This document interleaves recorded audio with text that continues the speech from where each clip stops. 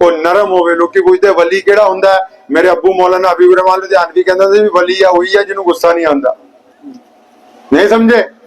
ਜਿਹੜਾ ਮਸਜਿਦ 'ਚ ਖੜਾ ਹੈ, 4 ਨਮਾਜ਼ੀਆਂ ਨੂੰ ਰੋਜ਼ ਸਵੇਰੇ ਸ਼ਾਮ ਸੁਣਾ ਦਿੰਦਾ, ਉਹ ਵਲੀ ਨਹੀਂ ਹੈ। ਜਿਹਦਾ ਦਿਲ ਠਹਿਰ ਜਾਏ, ਅੱਲਾਹ ਕਰੀਮ ਦੀ ਰਹਿਮਤ ਵਿੱਚ ਸ਼ਾਮਿਲ ਹੋ ਜਾਏ, ਹਿਲਮ ਪੈਦਾ ਹੋ ਜਾਏ, ਬਸ ਉਹੀ ਖੁਦਾ ਦਾ ਵਲੀ। ਜਿਹੜਾ ਜਾਇਜ਼ ਕਮਾ ਰਿਹਾ, ਜਾਇਜ਼ ਔਲਾਦ ਦੇ ਨਾਲ ਆਪਣੀ ਬੈਠਾ ਉਹਨਾਂ ਦੀ ਜ਼ਰੂਰਤਾਂ ਪੂਰੀਆਂ ਕਰ ਰਿਹਾ, ਗਰੀਬ ਦੇ ਨਾਲ ਮੁਸਕਰਾ ਕੇ ਮਿਲਦਾ ਹੈ, ਚਾਹੇ ਕੁਝ ਨਾ ਹੋਵੇ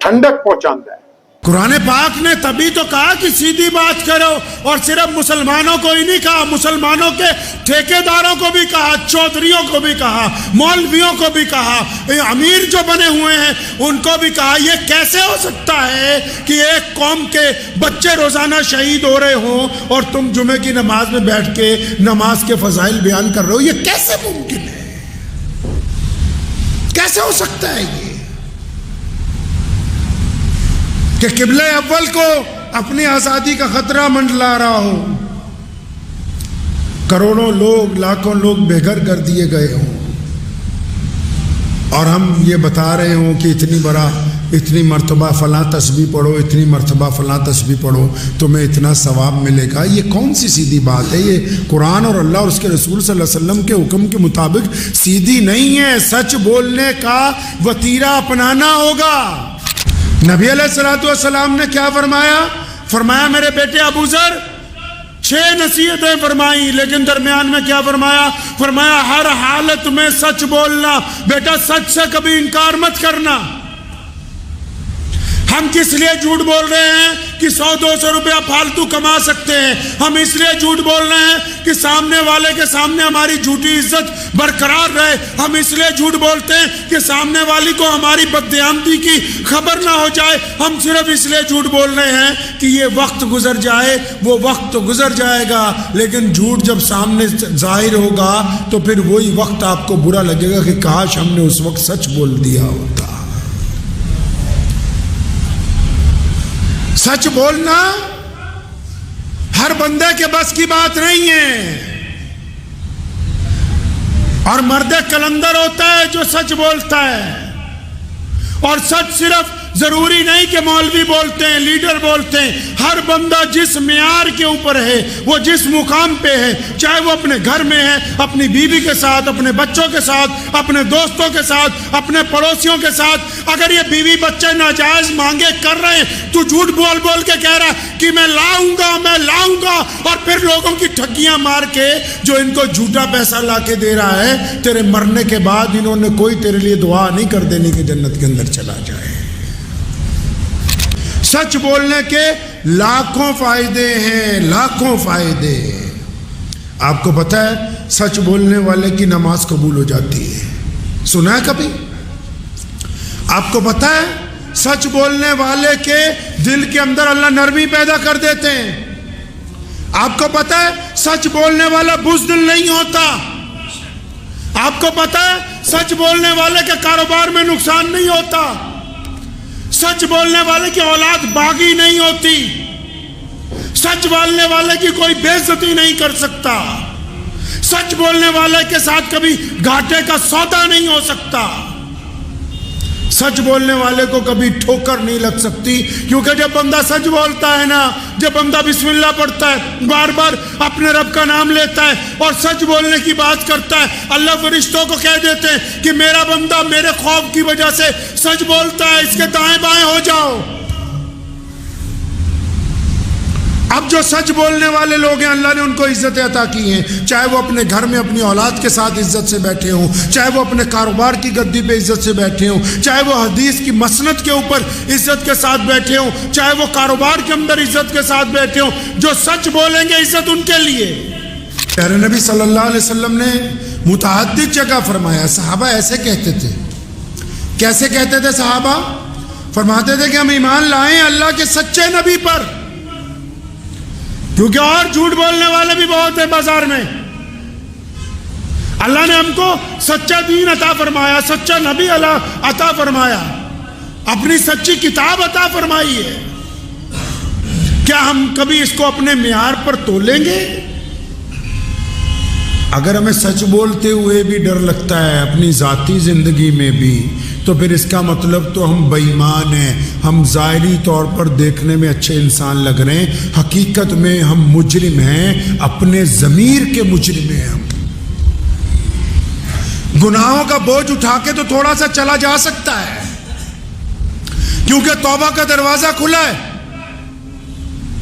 گناہوں کا بوجھ اٹھا کے چند قدم چل کے مسجد تک جا سکتے ہیں کیونکہ توبہ کا دروازہ کھلا ہے. مصلی تک کھڑے ہو سکتے ہیں کیونکہ توبہ کا دروازہ کھلا ہے. اپنے رب کے آگے ہاتھ پھیلا سکتے ہیں کیونکہ توبہ کا دروازہ کھلا ہے.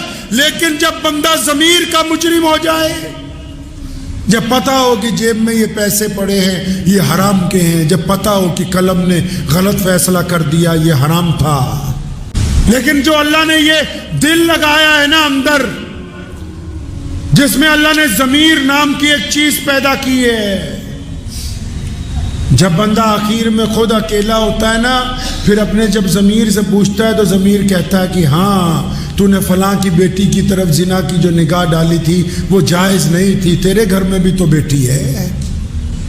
پھر ضمیر کہتا ہے کہ تجھے فلاں کی بے عزتی کرنے جا رہا تھا وہ تو نے غلط کیا ہے، کیونکہ تجھے پتا ہے کہ وہ بے عزتی کے قابل نہیں تھا، عزت دار تھا، تو نے اسے نیلام کیا. ضمیر کہتا ہے اندر سے، ضمیر کہتا ہے کہ ہاں تو یہ جو نماز پڑھ رہا ہے تیرا دل اپنے رب کی حضور راضی نہیں ہے، تو لوگوں کے ڈر کے ساتھ لوگوں کو دکھانے کے لیے سجدے کر رہا ہے. یہ ضمیر کہتا ہے بندے کو.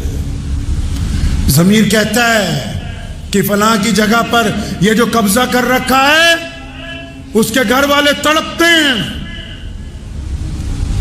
اور جو بندے ضمیر کے مجرم ہوں اور پھر ان میں اتنی طاقت نہ ہو کہ وہ اپنے ضمیر کی آواز سن لیں. ضمیر تو بار بار کہتا ہے کہ ہاں میری قوم کے بچے شہید ہو رہے ہیں، میں تو اخلاص سے ان کے لیے دعا بھی نہیں کرتا، میں تو ایک لفظ بھی ان کے لیے نہیں بولتا.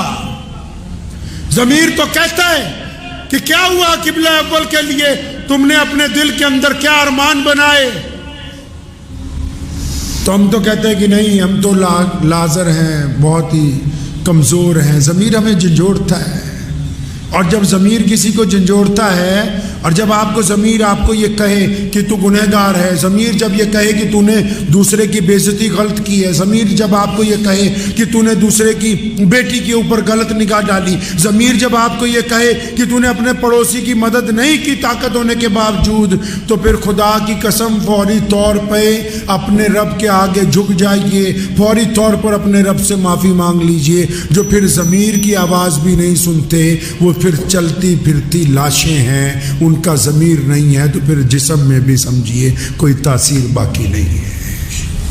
اور آخر میں ایک بات عرض کرتا ہوں بڑی ذمہ داری کے ساتھ، ہو سکتا ہے کچھ لوگ اسے گستاخی سمجھ لیں، لیکن کیونکہ مسجد میں ہم بیٹھے ہیں، ممبر رسول صلی اللہ علیہ وسلم کی جو ذمہ داری ہے، تو مجھے ان رگوں میں چلتا ہوا خون مجبور کرتا ہے،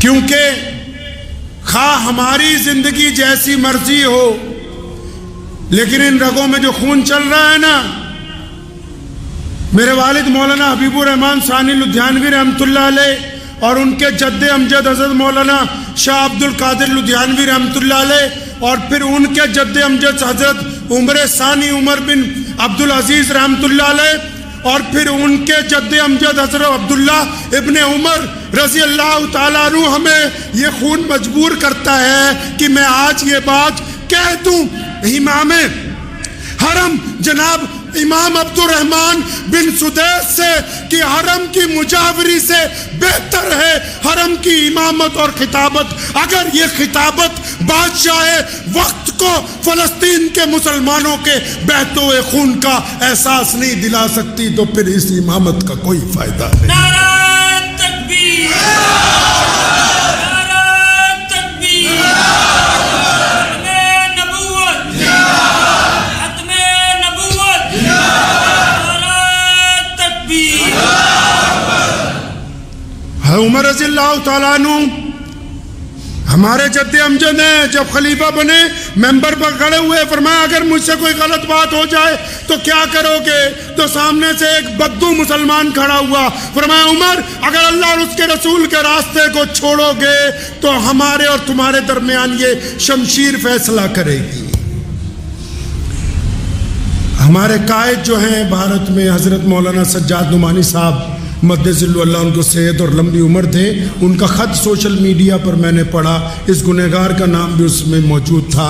انہوں نے لکھا ہے کہ عرب کے جو حکمران ہیں ان کو غیرت دلوائی جائے، تو حضرت سے بڑے ادب سے گزارش کرنا چاہتا ہوں، حکمرانوں سے تو ہمارا کوئی واسطہ نہیں ہے، ان سے تو ہمارا کوئی واسطہ نہیں ہے، لیکن امام حرمین شریفین کو بڑے ادب کے ساتھ یہ کہنا چاہتا ہوں کہ حضرت یہ وقت کے حکمرانوں کو اگر مسجد نبوی کے ممبر سے اور اگر خانہ کعبہ کے ممبر سے یہ اعلان نہ ہوا کہ آؤ ان فلسطین کے مسلمانوں کی مدد کرو، تو پھر اس امامت کا اللہ اور اس کے رسول کے نزدیک کوئی فائدہ ہونے والا نہیں ہے۔ ہماری پہنچ آپ تک ہے، آپ پوری دنیا کے مسلمانوں کے اس مسلح پر کھڑے، اس جا نماز پر کھڑے ہیں آپ جس کی طرف منہ کر کے ساری دنیا کے لوگ نماز پڑھتے ہیں، آپ اس مسلح کے اوپر کھڑے ہیں۔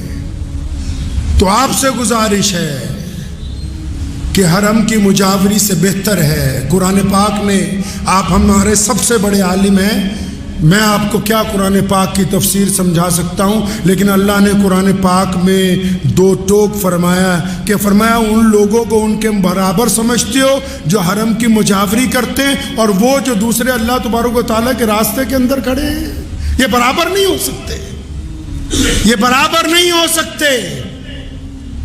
جو مقام اللہ کے راستے میں جن لوگوں کا ہے وہ حرم کے مجاوروں کا نہیں ہو سکتا ہے۔ تو آپ سے درخواست ہے، پتہ نہیں یہ میری گفتگو حضرت امام حرمین شریفین تک پہنچے گی یا نہیں پہنچے گی، لیکن اگر پہنچے گی تو میں ان سے گزارش کروں گا کہ وقت کے حکمرانوں کو للہ آپ اپنی منصب امامت کے ذریعے یہ احساس دلوائیے کہ فلسطین کے مسلمان اہل عرب کی سب سے زیادہ دعاؤں کے ساتھ کے ان کی ہمدردی کے اور ان کی موجودگی کے مستحق ہیں۔ اللہ کے پیارے نبی حضرت محمد رسول اللہ صلی اللہ تعالیٰ علیہ وسلم نے پوری دنیا کے انسانوں کی ہر ایک سمت سے، ہر ایک لحاظ سے رہنمائی فرمائی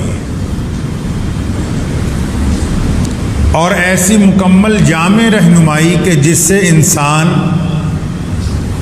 ایک خوبصورت اور اچھی زندگی جو ہے وہ گزار سکتا ہے۔ دین اسلام سے پہلے لوگوں نے عبادت کو خدا کی رضامندی کا ذریعہ سمجھا۔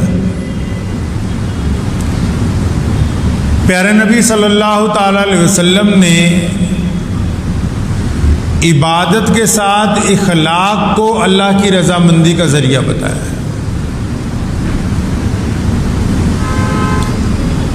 شریعت نے اپنے ماننے والوں کی بہت خوبصورت انداز میں رہنمائی فرمائی۔ ہر اس شے کو جو دل کے اندر برا خیال پیدا کرتی ہو بتا دیا کہ انسان کے لیے حرام ہے، اور ہر وہ شے، ہر وہ کام جس سے ضمیر کو شرمندگی نہ ہوتی ہو، انسان کا ضمیر زندہ رہتا ہو، اسے کار ثواب بتایا گیا۔ لوگوں نے جن چیزوں کو اپنے لیے مذاق کا، اپنے لیے تفریح کا ذریعہ بنایا اور جن چیزوں سے دوسروں کو تکلیف پہنچا کے لوگ خوش ہوتے تھے، اسلام نے اسے حرام قرار دیا۔ شریعت نے کہا کہ آپ کسی کو تکلیف پہنچا کے اگر خوش ہو رہے ہیں تو یہ خوشی خوشی نہیں ہے، یہ اللہ کے عذاب کو بلانے کا ذریعہ ہے۔ پیارے نبی حضرت محمد رسول اللہ صلی اللہ تعالیٰ علیہ وسلم کی ذات گرامی نے بدترین حالات میں بھی لوگوں کی ہمت افزائی کرنے کا حکم فرمایا ہے۔ شریعت نے کہا کہ اگر آپ کسی کی تعریف نہیں کر سکتے، اگر کوئی صاحب ایسے ہیں جو اچھا کام کرتے ہیں آپ ان کی تعریف نہیں کر سکتے، تو اسلام نے کہا کہ ان کی برائی بھی نہ کریں۔ آپ فائدہ نہیں پہنچا سکتے تو نقصان بھی مت پہنچائیں۔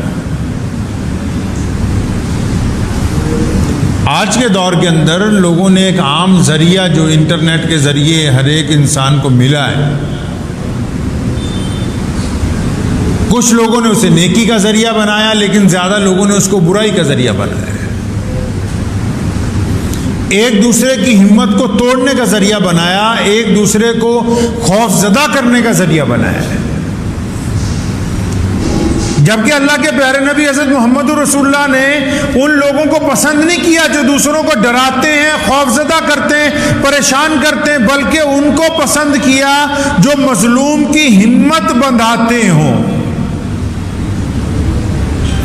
شریعت نے اس کے بھی قوانین طے کیے ہیں۔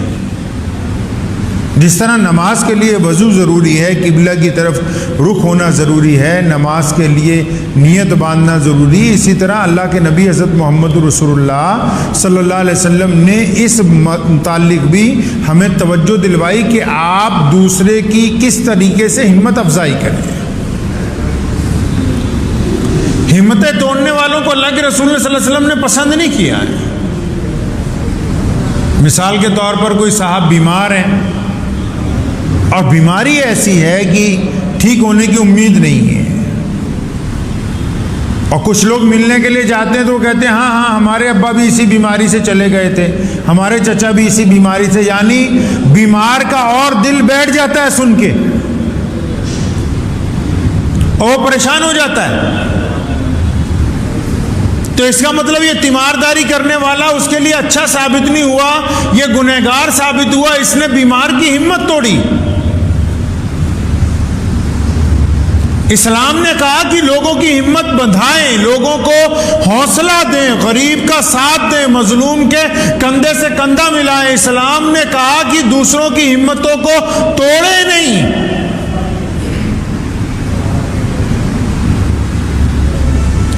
شریعت نے یہ حکم دیا ہے کہ آپ لوگوں کی ہمت افزائی کریں۔ جنگ کے دوران بھی پیارے نبی حضرت محمد رسول اللہ صلی اللہ علیہ وسلم کے صحابہ کی تعداد جب کم تھی اور کفار مکہ نے بہت بڑا حملہ مدینہ منورہ پہ کرنے کا جب پلان بنایا اور پورے مدینہ منورہ کی ریاست میں آس پاس جو رہنے والے غیر مسلم ہیں سب لوگ جو ہیں مکہ مکرمہ سے جو لشکر آ رہے تھے کفار کے ان کی وجہ سے خوفزدہ تھے، تو امام الانبیاء حضرت محمد رسول اللہ صلی اللہ علیہ وسلم نے سیدنا حسان بن ثابت جو شاعر ہیں اللہ کے نبی صلی اللہ علیہ وسلم کے، جو رسول اللہ صلی اللہ علیہ وسلم کے مداح سرا ہیں، آپ صلی اللہ علیہ وسلم نے سیدنا حسان کو ممبر رسول پر کھڑا کیا اور فرمایا حسان بتاؤ ان کو کہ ہم کون ہیں، یہ کون ہیں؟ فرمایا حسان ان کی ہمتیں بتاؤ جو کمزور ہو گئے۔ شریعت نے ہمیں یہ درس دیا ہے۔ آج لوگ مذاق سمجھتے ہیں دوسرے کی ہمت کو توڑنا، کسی کے کاروبار میں نقصان ہوتا ہے تو 4 آدمی اور اس کی ہمت توڑنا چاہتے ہیں، کسی کے گھر میں بیماری آتی تو 4 آدمی اور اس کی ہمت کو توڑنا چاہتے ہیں، اور بعد میں خوش ہوتے ہیں کہ دیکھو ہم نے اس کو پریشان کر دیا۔ آج آپ جن کو پریشان کر رہے ہیں ان کی پریشانی کی جب بددعائیں، ان کی پریشانی کی آہیں جب عرش معلیٰ سے ٹکرائیں گی تو جب یہ واپس آئیں گی تو آپ کے گھر کو تباہ و برباد کر دیں گی کہ تم دوسرے کی پریشانی پر خوش ہوتے تھے، دیکھو آج یہ مصیبت تمہارے گھر کے اندر نازل ہو گئی ہے۔ شریعت نے منع کیا ہے، ایسے ہی تھوڑی اسلام سب سے وحدت کا مذہب بنا، اسلام کی خوبی ہے یہ، اسلام نے اپنے ماننے والوں کو ہر ایک چیز میں وحدت کا درس دیا۔ کیا کہا؟ اشہد ان لا الہ الا اللہ، کہ ایک اللہ کی عبادت کرو، گواہی دے دو اس بات کی کہ عبادت کے لائق کون ہے جی؟ ایک اللہ ہے۔ پھر کہا اشہد ان محمد عبدہ ورسولہ، فرمایا اب ہم یہ گواہی دیتے ہیں کہ محمد رسول اللہ ہی ہمارے آقا ہیں، محمد رسول اللہ ہی خاتم النبیین ہیں، محمد رسول اللہ ہی ہمارے سب کچھ ہیں، اور یہی رسول اللہ ہیں جن کو اللہ نے ہمارے لیے بھیجا، ان کے علاوہ ہم اور کسی کی اتباع نہیں کرتے۔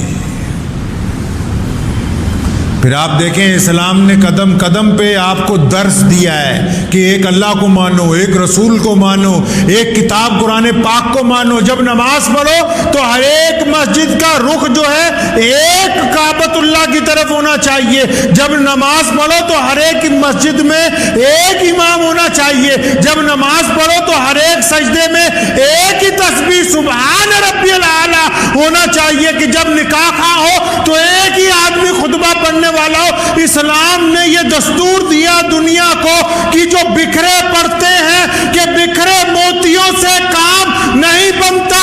اگر ریت کے ذرے اکٹھے ہو جائیں، اگر ریت کے ذرے اکٹھے ہو جائیں تو وہ طوفان برپا کر دیتے ہیں۔ بکھرنے سے کائنات میں انسان کی حیثیت نہیں بنتی ہے، بکھرنے سے حیثیت نہیں بنتی۔ ریت کے ذرے بھی جب اکٹھے ہوتے ہیں نا، ہوا چلتی ہے تو ان میں طاقت پیدا ہوتی ہے، وہ اکٹھے ہو کے جب اڑتے ہیں تو پوری کائنات میں جتنے جیو جنتو ہیں، انسان ہیں، پریشان ہو جاتے بھی یہ کیا مصیبت آ گئی اتنی بڑی۔ اللہ نے درس دیا ہے یہ انسانوں کو کہ آپ نا اتفاقی کا مظاہرہ کریں گے، آپ دوسروں کے دلوں کو تکلیف پہنچائیں گے تو آپ خوش نہیں رہ سکتے۔ اب یہ ضروری تو نہیں کہ جس کے آپ دل کو تکلیف پہنچائے اس کا مذہب کون سا ہے، رنگ کون سا ہے، نسل کون سی۔ ایک بندہ 5 وقت نماز پڑھتا ہے، ایک بندہ 5 وقت نماز پڑھتا ہے، روزہ رکھتا ہے، حج کرتا ہے، زکوٰۃ دیتا ہے، باشرہ داڑھی رکھتا ہے، جھوٹ نہیں بولتا ہے، غریبوں کی مدد کرتا ہے، لیکن اپنے پڑوسیوں کو تکلیف پہنچاتا ہے، لیکن اپنے والدین سے معافی مانگتے ہوئے شرمندگی محسوس کرتا ہے، لیکن اپنے بھائیوں کے لیے پلان بناتا ہے کہ ان کا بیڑا کس طرح غرق ہوگا۔ تو شریعت نے کہا کہ یہ جو تم سجدہ اللہ کے حضور کر رہے ہو یہ اس وقت تک قبول نہیں ہو سکتا جب تک اس دل کی گندگی کو نکال نہ دیا جائے۔ اسلام نے عبادت کو حقوق العباد کے ساتھ جوڑا ہے، پابند کیا ہے عبادت کرنے والے کو، عبادت گزار کو اللہ کے رسول صلی اللہ علیہ وسلم نے پابند کیا ہے کہ اس کی زبان، اس کی آنکھیں، اس کا چلنا پھرنا، اس کے معاملات جو ہیں وہ نیک ہونے چاہیے، تبھی اللہ تبارک و تعالیٰ کے حضور اس کا سجدہ قابل قبول ہوگا۔ یہ کیوں کر ممکن ہو سکتا ہے کہ ایک بندہ عبادت بھی کرتا ہو اور ٹھگی بھی مارتا ہو، ایک بندہ عبادت بھی کرتا ہو دوسرے کو تکلیف بھی پہنچاتا ہو؟ شریعت نے پوری دنیا کے انسانوں کے لیے عدل اور انصاف اور مساوات کا پیغام دیا ہے۔ پڑوسی کا مسلمان ہونا ضروری نہیں ہے، والدین کا بھی مسلمان ہونا ضروری نہیں ہے۔ جن کے ساتھ آپ ظلم کرنے لگے ہیں، جس مظلوم کے ساتھ بدتمیزی کر رہے ہیں، جس غریب کے ساتھ زیادتی کر رہے ہیں، ضروری تھوڑی ہے کہ اگر مسلمان ہے تو آپ اخلاق سے پیش آئیں گے، مسلمان نہیں ہے تو آپ اخلاق سے پیش نہیں آئیں گے، نہیں، بلکہ اللہ کریم نے کہا کہ کائنات کے تمام لوگ میرا کنبہ ہیں اور اللہ کو وہ بندہ پسند ہے جو اللہ کے کنبے سے پیار کرتا ہو۔ یہی اسلام نے، شریعت نے ہمیں حکم دیا ہے کہ ہم لوگوں میں نفرتیں پھیلانے کی بجائے محبت کو عام کریں، لوگوں کا حوصلہ نہ توڑیں۔ سونے رسول نے نہیں کہا کہ جب کبھی بیماری پھیل جائے، کہیں لوگ مرنے لگ پائیں، فرمایا وہاں سے بھاگو نہیں۔ بھاگنے سے کیا مراد ہے؟ بھاگنے سے مراد ہے بھی ڈرو نہیں، زندگی اور موت تو اللہ کے اختیار میں، اور اگر سارے ہی بھاگ جاؤ گے بیماروں کی مدد کون کرے گا؟ سارے اگر کہیں گے کہ اچھا ہمیں خوف لگ گیا ہے، پریشان ہو گئے، تو کون بیماروں کی دوا بوٹی کرے گا؟ کوئی نہیں کرنے والا ہوگا۔ شریعت نے حکم دیا ہے، مسلمانوں کو درس دیا انسانوں کی جب بیماری پھیل جائے تو وبا کی جگہ سے بھاگو نہیں۔ 2 وجوہات سے، پہلی وجہ کہ آپ اگر اچھی اس جگہ سے بھاگیں گے جہاں بیماری پھیلی ہے تو جو بیمار ہو گئے ان کا ساتھ کون دے گا، اور دوسری وجہ اگر آپ اس علاقوں کو چھوڑ کے جائیں گے تو اپنے ساتھ بیماری کو کسی دوسرے علاقے کے اندر لے جائیں گے۔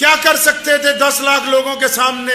سلطان اکا شہر، یہی جہاں پر آج سمندر جا کے جڑتا ہے، جس کو ویسٹ بینک کہا جاتا ہے آج کے دور میں، غزہ جس کا نام ہے، سلطان وہاں پہنچے، اور پھر جب وہ دشمن آنے میں 2 دن باقی تھے، وہ چل چکا تھا لشکر، سلطان نے جانماز بچھایا، دریا کے کنارے، سمندر کے کنارے اپنا خیمہ لگوایا، جانماز بچھایا، رات کو تہجد کی نماز پڑھی اور سر سجدے میں رکھا، اور پھر جو اپنے اللہ کے حضور رونا شروع کیا، اللہ کے حضور گڑ گڑانا شروع کیا کہ اللہ ہم تو توانا ہے، ہم کمزور ہیں، لوگ کہتے ہیں کہ ہمارے پاس ٹیکنالوجی ہے، لوگ کہتے ہیں ہمارے پاس طاقت ہے۔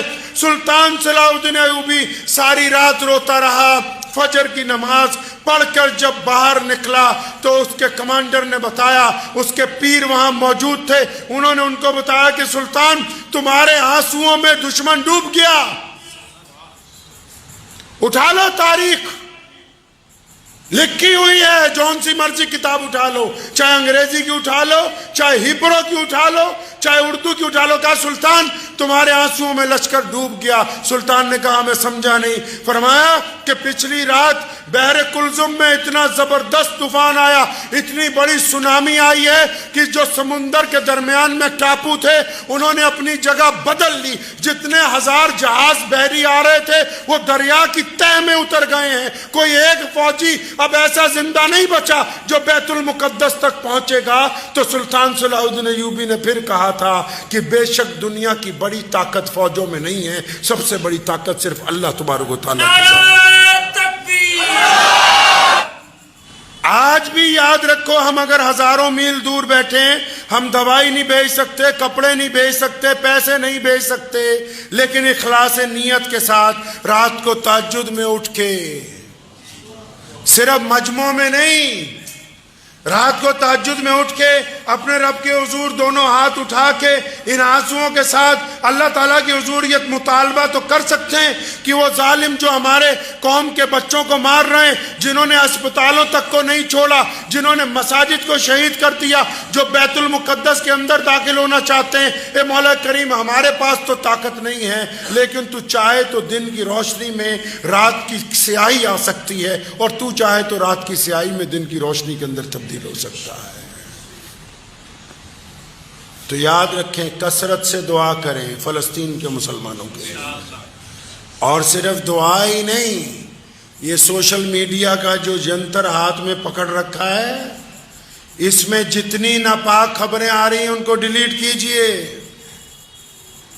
اور جتنا بچوں پہ ظلم ہو رہا ہے، تشدد ہو رہا ہے، اپنے ہم وطن لوگوں کو بتائیے بھیج کے کہ یہ دیکھو اصلیت کیا ہے۔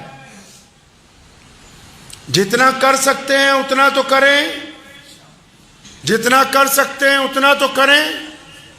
تو اس بات کو ذہن نشین کر لیں کہ سوشل میڈیا پر جو میڈیا کی لڑائی ہے، اس میں ہم نے نیکی کا کردار ادا کرنا ہے۔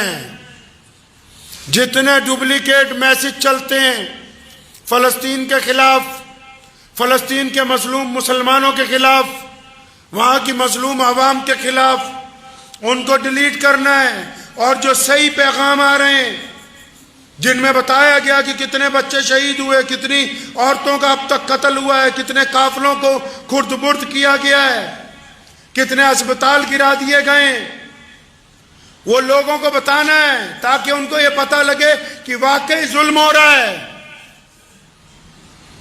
اپنا کردار ادا کیجئے، اور آپ تمام مسلمان اس بات کو ذہن نشین کر لیجئے کہ جو احتجاج یا پورے دیش میں مسلمان سوشل میڈیا پر اپنا جو دکھ درد بیان کر رہے ہیں، وہ ہمارا اسرائیل کے خلاف ہے، اس دشمن کے خلاف جو بچوں کو قتل کر رہا ہے، اس دشمن کے خلاف جو ہمارے بیت المقدس کی طرف گندی نگاہ رکھتا ہے، اس دشمن کے خلاف جو بیت المقدس کے اندر گھس کے روزانہ لوگوں کو شہید کر رہا ہے، اور جس نے جھوٹی خبر پھیلائی۔ خود امریکہ کے میڈیا نے، یہودیوں نے پھر مانا کہ ہمارے پر حماس کا کوئی ایسا حملہ نہیں تھا جس میں یہودیوں کے بچے مارے گئے ہوں، جنہوں نے خود جھوٹی خبریں پھیلا کے صرف مسلمانوں کو بدنام کرنے کی کوشش کی۔ آپ بھی سمجھ لیجئے اس بات کو، مسلمانوں کو کہتا ہوں کہ فلسطین کے مسئلے پہ ہماری جتنی ناراضگی ہے، جتنا غم ہے، جتنا افسوس ہے وہ اس ظالم اسرائیل کے ساتھ ہے.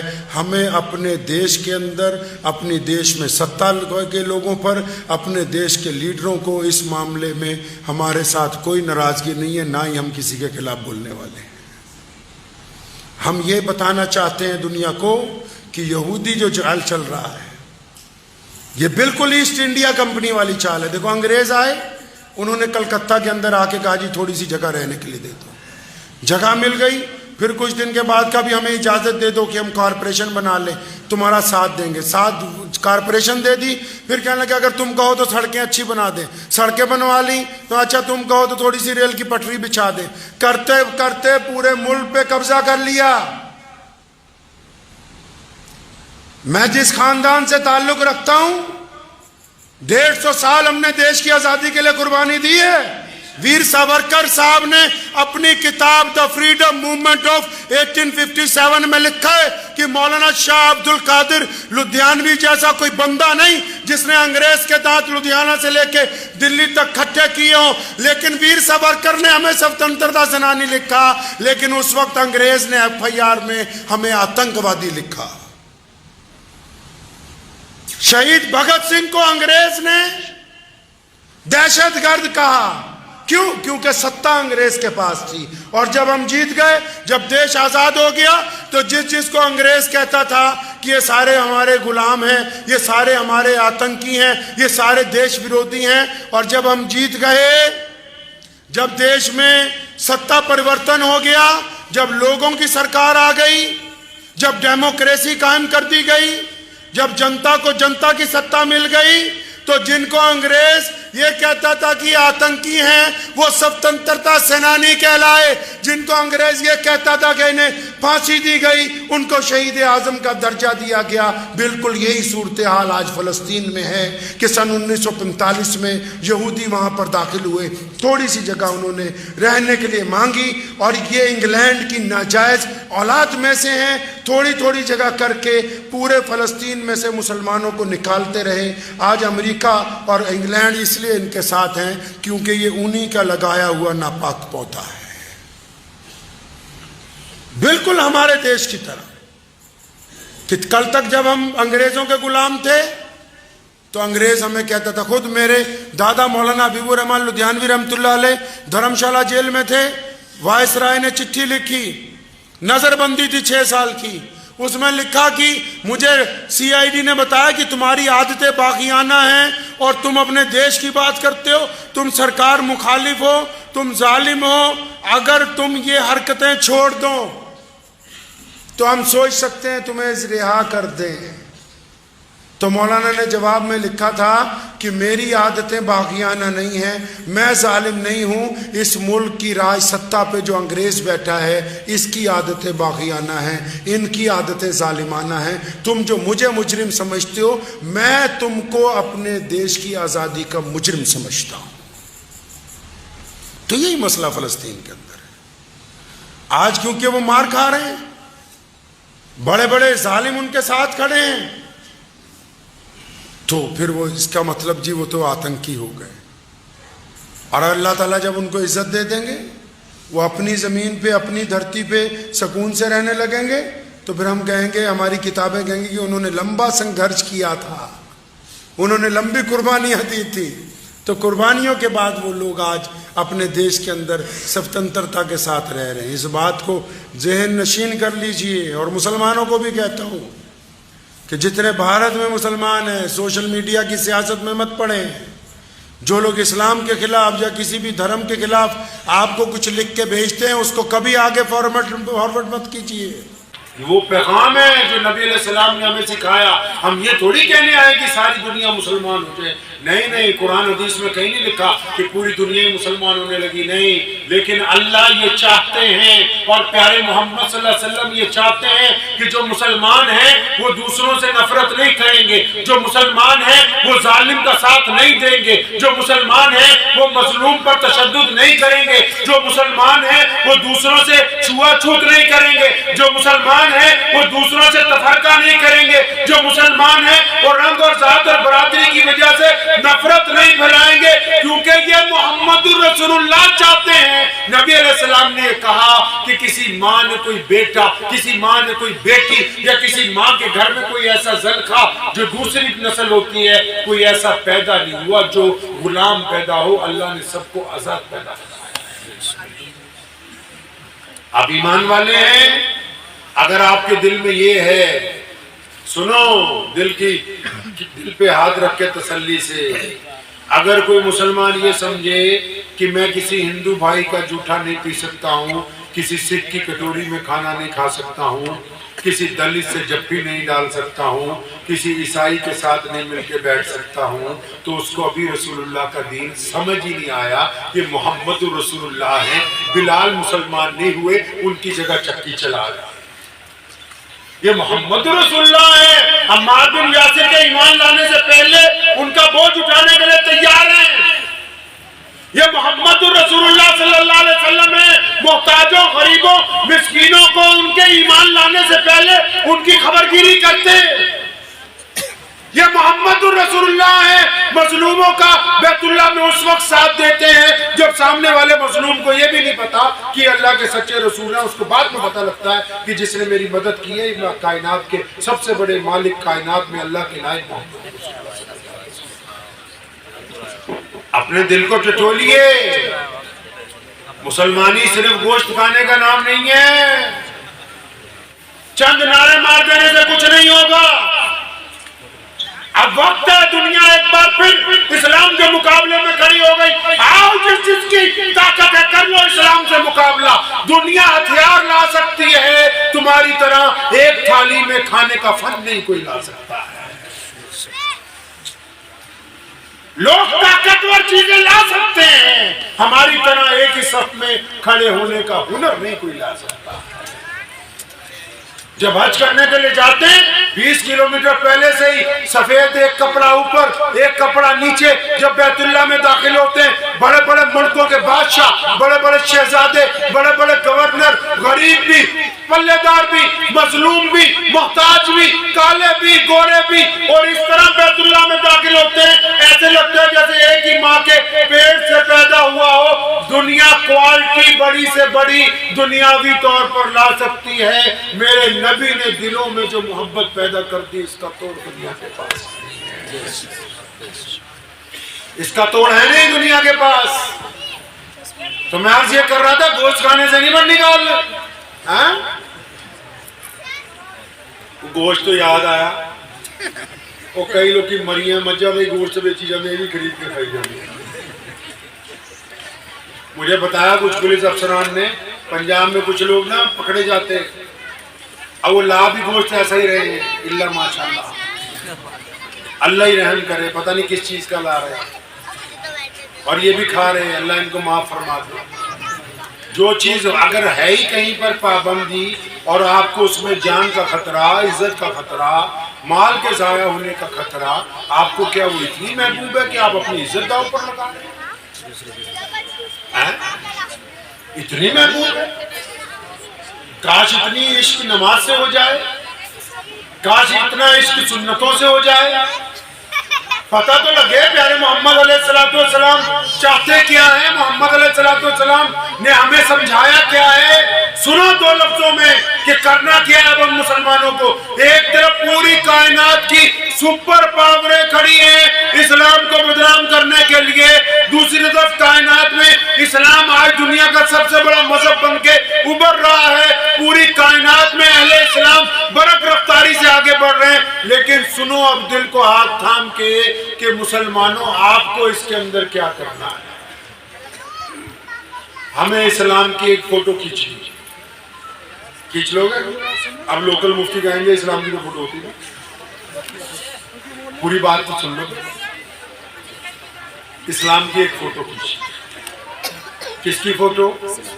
اپنی فوٹو، کیونکہ جو ہمارے ہندو بھائی ہیں، سکھ بھائی ہیں، عیسائی بھائی ہیں، دلت بھائی ہیں، جینی بھائی ہیں، وہ تو قرآن پاک نہیں پڑھتے، وہ تو مسجد تک نہیں جاتے، لیکن وہ اسلام کو جانتے ہیں، کیونکہ وہ ہیپی کے ساتھ کاروبار کرتے، کیونکہ وہ عبد الرحمن سے دودھ خریدتے، کیونکہ محمد شفیع ان کے ساتھ پڑھتا ہے۔ کیونکہ محمد جنید ان کی دکان پر مال دیتا ہے، کیونکہ عبد الرحمان کے یہاں وہ کام کرنے آتے ہیں، کیونکہ شفیع نے ان کی دکان سے مٹیریل لینے آنا ہوتا ہے. وہ جانتے ہیں اسلام کو. آپ نے سوچا کہ مسلمان وہ ہے جو گوشت کھا رہا صبح دوپہر شام، لیکن مسلمان وہ ہے کہ جس کے کردار کو دیکھ کر کھینچو فوٹو اسلام کی، ایک سیلفی لو اچھی سی، اور رات کو بستر پر لیٹ کے اس فوٹو کو بار بار دیکھنا ہے. اگر اس فوٹو میں کوئی ٹھگ ہے تو یقین مانو آپ نے اسلام کی تصویر خراب کی ہے. اگر اس فوٹو میں کوئی زناکار ہے، کوئی بلاکاری ہے، تو آپ نے اسلام سے دھوکہ کیا ہے. اگر اس فوٹو میں کوئی جھوٹ بولنے والا بندہ ہے تو آپ محمد رسول اللہ سے وفاداری نہیں رکھتے. اگر اس فوٹو میں کسی غیر کی بیٹی سے زنا کا ارادہ رکھنے والا بندہ ہے، اگر اس فوٹو میں کوئی ایسا بندہ ہے جو کسی کی بیٹی کے چکر میں لگا ہوا ہے کہ مجھے کس طرح اس کا نمبر مل جائے، تو یقین مانو وہ مسلمانوں کے منہ پر بدنما داغ ہے، اس کا اسلام کے اندر کوئی حصہ نہیں. اس نے کہا کہ اسلام صرف مسجد کے اندر ہوتا ہے. جو بندہ مسجد سے آنے کے بعد بھی اگر کسی غیر کی بیٹی پر گندی نگاہ ڈالے، غیر کی بیٹی پر زنا کا ارادہ رکھے، مسجد سے آنے کے بعد بھی اس کی تکڑی صحیح نہ کھولے، مسجد سے آنے کے بعد بھی اس کی نگاہ میں بدماشی ہو، مسجد سے آنے کے بعد بھی وہ زبان سے کسی کو گالی دیتا ہو، وہ بے ایمانی کرتا ہے، جھوٹ بولتا ہے کہ مسجد تک جاتا ہے، وہ دکھاوے کے لیے جا رہا ہے کیونکہ اس کی نماز اس کو برائیوں سے روک لے. جھوٹ بولتا ہے، بےایمانی کر رہا ہے. کس نے سمجھایا کہ یہ جلسے صرف ہم ضابطے کے لیے کر رہے ہیں، چندے کے لیے؟ صرف چندوں سے اگر مدارس چلتے ہوتے تو وہ کردار کہاں جاتا؟ ہم اعلیٰ کردار بنانے کے لیے آئے ہیں. ان مدرسوں میں بچوں کو اس لیے پڑھاتے ہیں کہ یہ بچے ہو کے ماں باپ، بڑے ہو کے ماں باپ کے پیر دبائیں گے، یہ بڑے ہو کے سچ بولیں گے، یہ بڑے ہو کے نماز پڑھیں گے، یہ بڑے ہو کے بیٹیوں کی عزت کریں گے، یہ بڑے ہو کے بے ایمانوں سے دور رہیں گے، یہ بڑے ہو کے مظلوموں کا ساتھ دیں گے. اگر ہم اپنے مقصد کی طرف نہیں چلے تو پھر سب کچھ ضائع، کچھ نہیں ہمارے پاس. ہم کوئی کھیل تماشا تھوڑی کر رہے ہیں.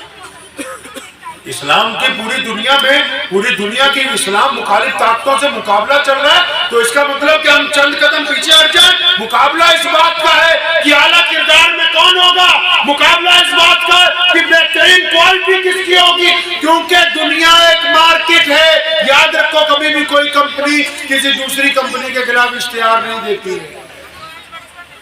اسلام کبھی نہیں کہے گا کہ دنیا کا کوئی مذہب خراب ہے.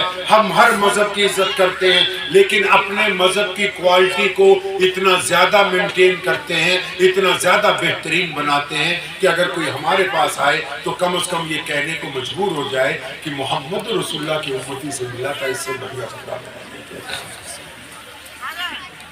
گریبان میں جھانکو تو صحیح ہے. ہم کھڑے کہاں پہ؟ پوری دنیا میں اسلام آگے جا رہا ہے. ہمارے دیش میں اسلام کے خلاف پروپیگنڈا بھی ہے، اسلام کے خلاف باتیں بھی ہیں. ہمارا کوئی قصور نہیں اس میں، سارا قصور سرکار کا. مسجد کے گزر خانوں میں ویڈیو سرکاری لوگ آ کے دی گئی. قرآن پاک پر جو خلاف میں اوپر 10 کلو مٹی چڑھی ہوئی ہے، یہ حکومت نے رکھوا دی. کڑوی باتیں کرتے کیوں نہیں؟ ارے ڈاکٹر کو اپنا مرض کیوں نہیں بتاتے؟ اگر علاج نہیں ہوگا تو ہم آگے کیسے بڑھیں گے؟ بتاؤ تو صحیح، کیسے بڑھیں گے ہم آگے؟ کیا بس یہی تعریف کرتے رہے کہ واہ جی انصاری صاحب آئے، خان صاحب آئے، میر صاحب آئے، زار صاحب آئے، گاڑا صاحب آئے، بس صاحب صاحب ہی کرتے رہے جی، نیچے کرسی کسے جائے گی؟ حقیقت میں آنکھیں کھول کے دنیا کو پہچانو. دنیا آپ کی طرف دیکھ رہی ہے، صرف مولویوں کی طرف نہیں دیکھتی. آپ محمد رسول اللہ صلی اللہ علیہ وسلم کے نمائندے ہیں، آپ محمد رسول اللہ صلی اللہ علیہ وسلم کے نمائندے ہیں. بحیثیت امتی نبی علیہ السلام کے اندازہ لگاؤ کہ کہاں کھڑے ہو. بس اگر آپ کا دل یہ کہتا ہے کہ میں ایماندار ہوں تو آپ خوش قسمت ہیں. یہ دنیا بھی آپ کی ہے اور آخرت بھی آپ کی ہوتی ہے. یہ باتیں کڑوی نہیں ہیں، یہ میرے نبی علیہ السلام کی باتیں ہیں. ہمیں اس طرف جانا ہے، ہمیں پلٹنا ہے اپنے رب اور رسول علیہ السلام کی طرف. یہ دنیا کی طاقتیں جو آج ہمیں شکست دینا چاہتی ہیں، یہ اس وقت تک کامیاب نہیں ہوگی جب تک ہم رسول اللہ صلی اللہ علیہ وسلم کی پیروی کرتے رہیں گے. ہمارے اوپر چلا جائے تو کوئی فرق پڑنے والا نہیں ہے. اس لیے ہمارا کام بنتا ہے کہ رسول اللہ صلی اللہ علیہ وسلم. دین دکھاوے کا نام نہیں ہے. دین صرف نماز پڑھ کے اعلان کرنے کا نام نہیں ہے. وہ نماز جو آپ کو کسی کی بیٹی کی طرف زنا کی نگاہ ڈالنے سے نہیں روک رہی تو نماز نہیں ہوئی. نماز نہیں ہوئی. وہ جس نماز نے آپ کو گالی دینے سے نہیں روکا وہ نماز نہیں ہوئی. جس نماز نے آپ کو ٹھگی سے نہیں روکا وہ نماز نہیں ہوئی. دوبارہ جاؤ اور اچھی طرح نماز پڑھو اور اس وقت تک اچھی طرح پڑھنے کی کوشش کرتے رہو جب تک تمہاری نماز تمہیں برائیوں سے روک نہ دے. اندازہ لگا لیجئے کہ ہم کہاں کھڑے ہیں. کچھ لائیں گے تبدیلی؟ اور بتاؤ کچھ تبدیلی لائیں گے انشاءاللہ. صرف انشاءاللہ ایسے ہی نہیں، سچی دل کے ساتھ.